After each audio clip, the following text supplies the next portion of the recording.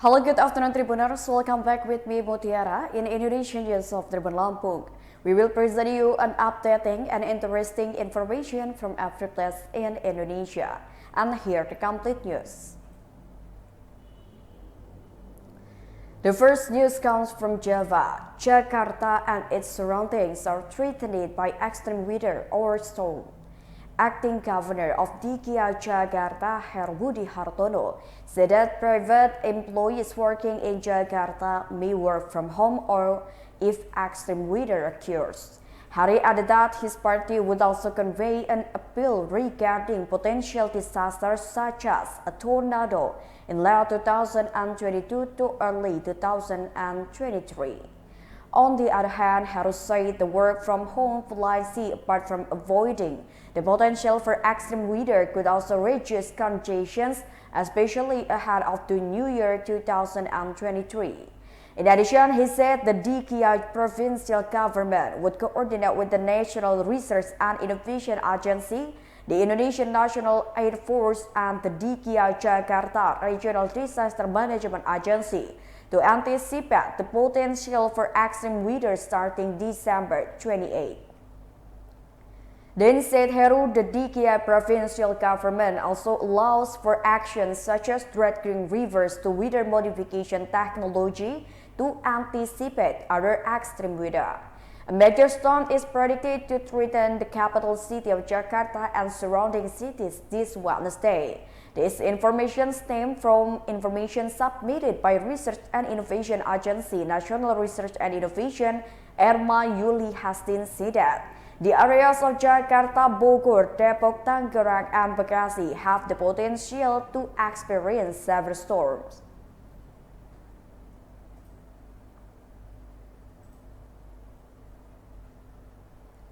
The next news is the road is damaged. The villagers of Seumanajaya are threatened with starvation. Residents of Seumanajaya village, Ranto Peurelak district, East Aceh, complained about the problem of damaged roads to members of the East Aceh district or city people's representative council, Zulfadli Oyong, at Meunasa Dusun Blanggadeng, local village and sub-district on Monday, the 26th of December 2022. The damaged route in question is the route that connects Kering Tuan Hamlet to Sumedang Jaya Hamlet, or what is often called the transmigration area of the independent integrated city. This area was also proclaimed by the East Aceh district government as an agricultural development area. Iqbal Kadus Sumedang Jaya said the route leading to the Sumedang Jaya area was so badly damaged that it could not be traversed by vehicles. As a result, the people's economy was paralyzed. Alam Shah, a member of the Paut Seumanajaya community, said that the impact of the damaged road, as it is known, is feared that hundreds of residents who live in the integrated independent city housing complex in Sumedang Jaya are threatened with starvation because economic results cannot be distributed and logistics cannot be supplied. Keci Sumadah Jaya, M. Sabri hopes that with Zulfadli Oyong's present hearing resident complaints, the route to the integrated independent city transmigration area can be repaired so that farmers' crops can be issued and logistics can be supplied. The length of the damaged road section is currently around 8 kilometers. In addition to road problems, residents have complained about 11 conflicts as a result of the disturbance of the elements. So far, the people's oil palm plants have always failed to harvest.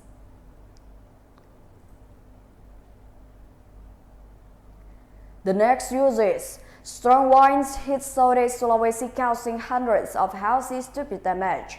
The Southeast Sulawesi Province Regional Disaster Management Agency recorded 49 reports of damage due to strong wind in the last 2 days.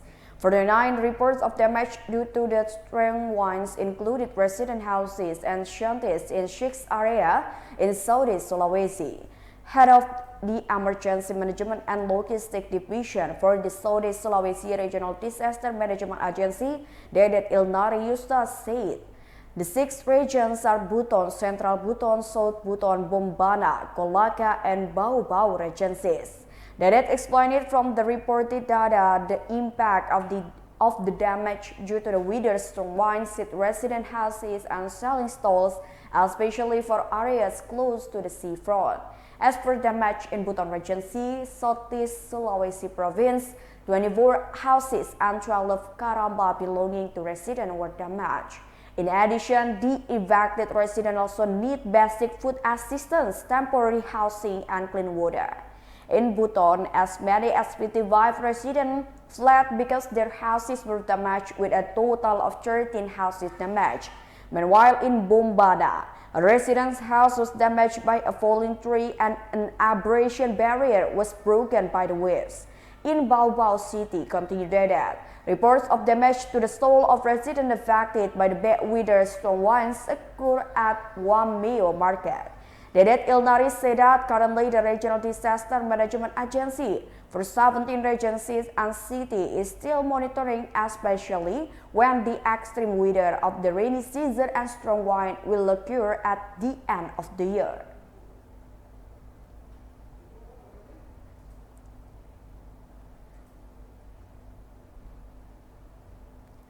The next news is road floods in Kuala Tunggal inundated roads. As a result of the annual flood in Kuala Tunggal, Tanjabar, many motorbikes get stuck in the middle of the flood. The high peak of flooding is at the end of November to December with a height of half a meter to 1 meter. According to monitoring of tribunjambi.com team, many motorbikes died in the Kompong Ditch area, and the 7th ditch, the water level reached half a meter. Sukur, a motorcyclist, said the motorbike died and stole it after crossing high floods. According to him, when the motorbike is stagnant in flood water, it must be washed immediately so that the motorbike does not rust.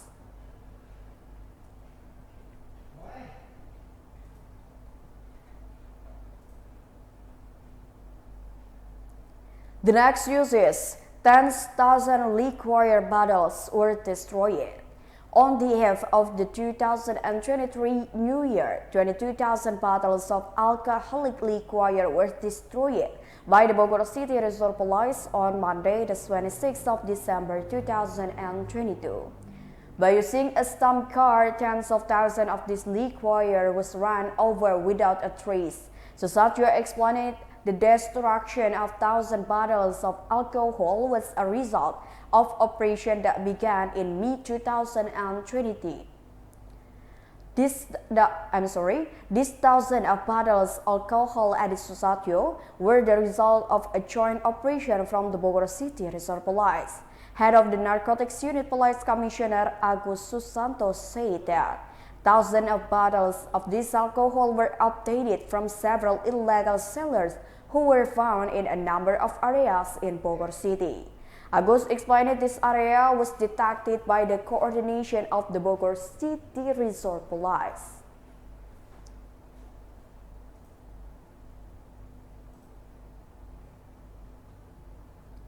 The next news is the floods soaked schools and residence houses in Wajo. Floods hit Salotengna village, Sabang Paru district, Wajo Regency, South Sulawesi on Saturday, the 24th of December 2022 afternoon. This flood was caused by rain that fell since 1 a.m. 337 Salotengna Public Elementary School, Salotengna Village, SIP's office, Salotengna Islamic Cemetery, and a number of residence houses in Wanwea Hamlet were submerged in water.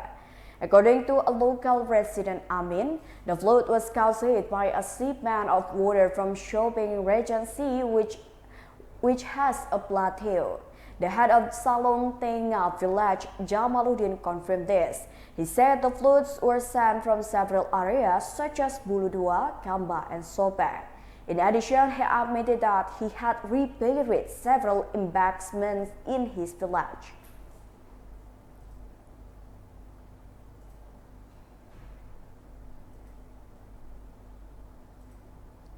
The last news is students and lecturers reject the geography study program being combined into the forestry faculty.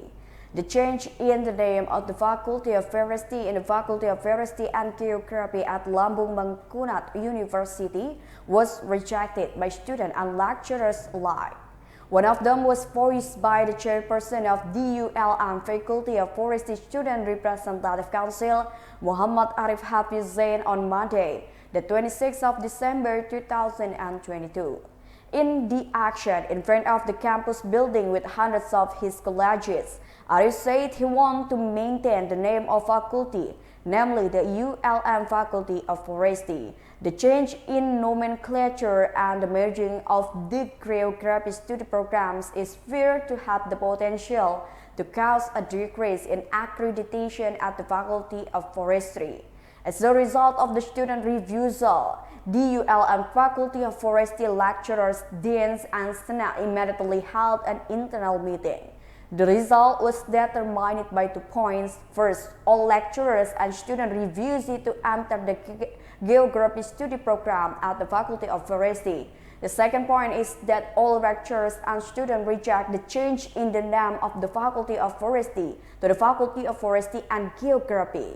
The result of the meeting are planned to be immediately submitted to the Chancellor of ULM so they can be followed up. Meanwhile, a lecturer interested in silviculture of the forestry study program, Dr. Yusanto Nugroho, emphasized that, according to the nomenclature, there are still many study program options that can be entered into the Faculty of Forestry apart from the geography study program. He gave an example: forest management or management, forestry engineering, silviculture, and forest product technology.